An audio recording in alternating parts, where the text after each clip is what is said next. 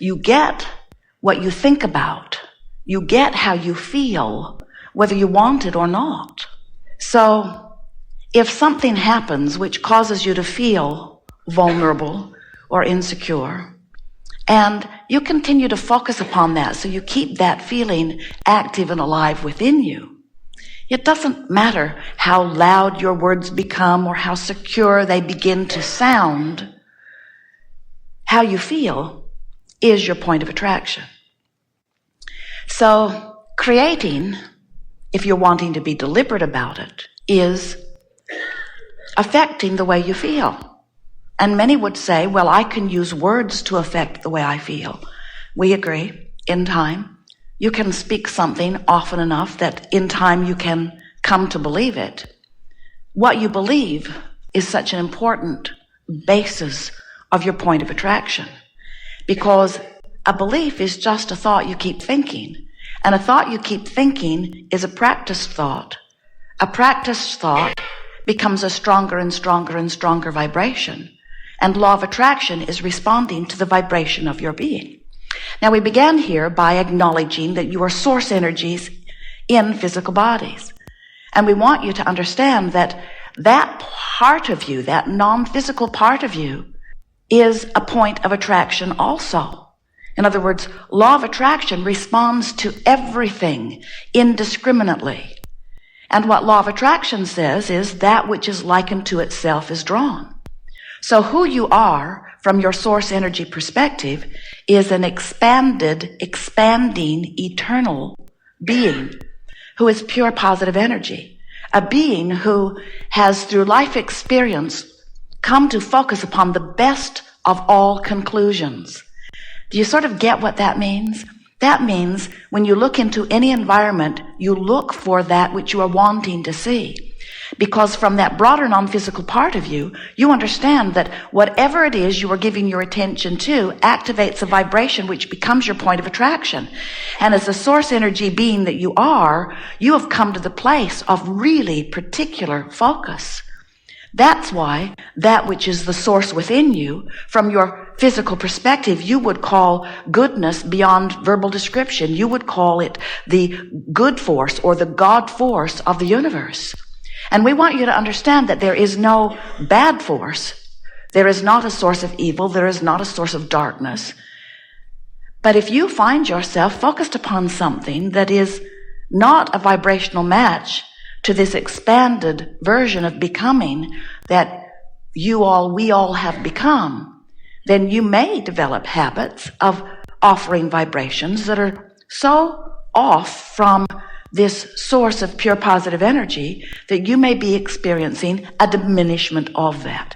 And we would like to say to you that any diminishment of that which is pure positive energy is what you call sickness. It's what you call confusion. It's what you call darkness or badness. It's a diminishment of that which you have come to be. All negative emotion is an indicator of exactly that. No matter what the degree of negative emotion you might be feeling, it always means the same thing. It means in this thought that is accompanying the negative emotion, there is a vibrational countenance that is so different from who you really are. And as law of attraction is responding to both aspects of your being, the source energy aspect and the point of view that is focused here in this body, sitting in this chair, having this thought at this time. And as law of attraction is responding to both vibrational aspects of that which you are, you can feel the harmony or alignment or the disharmony or misalignment. You can feel the allowing of who you are or the resisting of who you are. You can feel whether you are letting yourself be who you really are. You didn't come here in this physical format to be tested to see if you are worthy of that alignment. You come from that alignment, and most important, you add to the becoming of that which is really you. You out here on the leading edge, exploring these extraordinary contrasting experiences, are giving birth to rockets of desire that are responsible for the expansion of the universe. And you knew that you would do that when you came. And not one of you felt uncomfortable about the idea of coming forth into this physical experience, because you knew that the contrast would serve its purpose just as it was supposed to. You knew that it would inspire inspire you to the new idea. And further, you knew that when the new idea erupted within you, that the source within you would take hold of that new idea, give it its undivided attention, and that law of attraction would then immediately begin to respond to that new idea, which would be responsible for the expansion of the universe. Do you get how that works? Do you understand that everything that you see around you was once a thought, an idea? And as it was thought upon more, it began to take form and shape until what you call this real life manifested reality surrounds you. But everything starts with an idea first. And so we want you to understand that here in this physical format, you are now the leading edge birther of the expanded ideas to which source is giving undivided attention, which is causing the expansion of the universe. That's why we can say to you, to us, to all of us, that we are eternal beings. We will never cease to be. So all of that is just fine, and whether you know about it or not, it's still just fine. And whether you consciously acknowledge it or not, it's still just fine. The expansion of the universe is a done deal. In other words, it is something that will eternally happen. And you will contribute to it mightily, whether you consciously acknowledge that you are or not. Because you cannot help but be the genius, leading edge, creative being that you are, and you cannot help but synthesize the environment that surrounds you. And most important, you cannot help but come to constant new conclusions about what would be better for you. And you can't conclude on anybody else's behalf, nor do you need to, because every point of consciousness in the universe has the same deal going. Even if you are a one-celled organism, even if you are a cell in one of your human bodies or the body of your cat, it does not matter. Every point of consciousness is having experience, and every point of consciousness is expanding, and source is riding the rocket of every one of those conclusions or preferences or desires. We love telling you this. We love letting you know that you are supposed to feel good, and when you don't, something's gone wrong. And the thing that's gone wrong is you're turning your attention to something other than who you have become. And you can't do that. You can't get away with that. Of course, that gap will close when you croak. But we would like to call this the art of allowing in a pre-croaking environment. In other words, we would like you to come to the place where you are using your guidance in the way you intended, where you are utilizing your ability to understand what you're doing vibrationally. You are vibrational beings. And when you would recognize that and you begin to synthesize consciously the vibration of your being through your solar plexus, through your emotions, and it becomes more and more consciously important to you that you feel good, you will begin to become a more combined, more aligned, more allowing, more tuned in, tapped in, turned in body. You will be the being that you were born to be.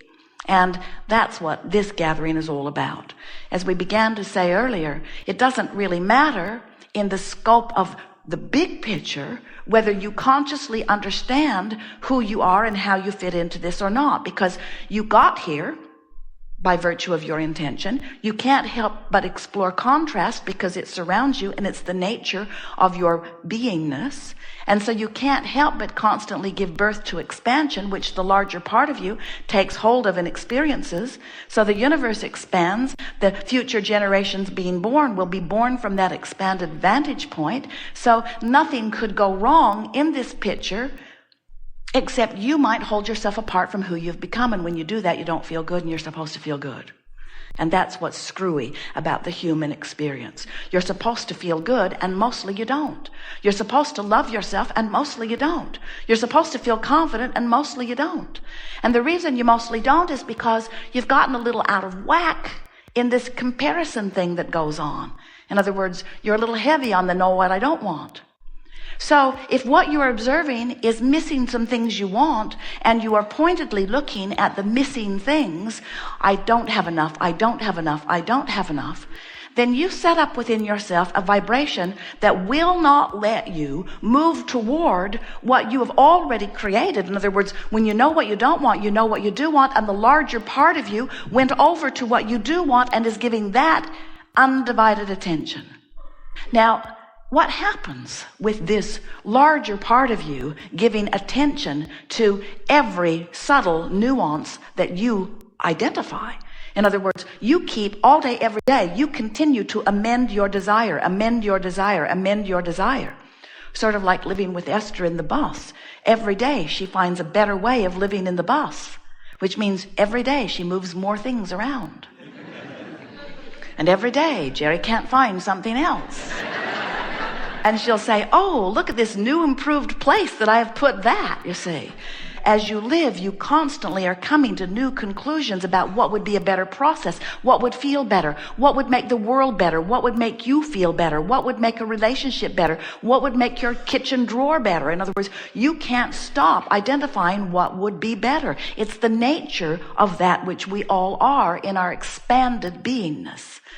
Now, in terms of law of attraction is responding to who you are becoming. So every time you know what you don't want, you know what you do want, and law of attraction responds to that request. And the sensation that creates for you is a feeling of being called toward source. It's like a raging river that is moving downstream toward everything that you want, and everything that you want is downstream. Jerry and Esther went whitewater rafting, and when they put their boat in the water, it didn't occur to them or any of the other people that were with them. There were several rafts that went in at the same time. It did not occur to any of them to paddle upstream. It was so obvious that that river was going to have its way with them. The river guide said, friends, this is not Disneyland, and we cannot turn this river off. He really wanted to get their attention. This is a river, and it's moving that way, and you're going to move with it. And we want to say the same thing to you. There's a river, it's moving that way, and you're going to move with it. And what this seminar wants to address is, you're going, are you going willingly? If you go willingly, you feel fabulous. You feel elation, you feel passion, you feel clarity, you feel vim and vigor, you are frisky, you feel humorous, you feel joy, you feel clarity, you feel vitality, you feel flexibility. You're tuned in, tapped in, turned on if you go willingly. If you don't go willingly, you feel some measure of frustration. And by not going willingly, we simply mean, are you still focused upon whatever it was that caused you to know what you want because you know what you don't want? Are you still focused upon the I know what I don't want part of it? Are you focused upon global warming in the sense that there's a disaster coming, and if we don't do something then it's all going to go bad, and using that as your excuse to deprive yourself from alignment with source energy? Or are you focused upon global warming from the sense that you are an eternal being and you are living on an eternal earth, and that things are expanding and that it's better today than it's ever been and getting better all the time? What are you focused upon? Whatever it is you are focused upon, are you using it as your excuse to come into alignment with the way the source within you is seeing it?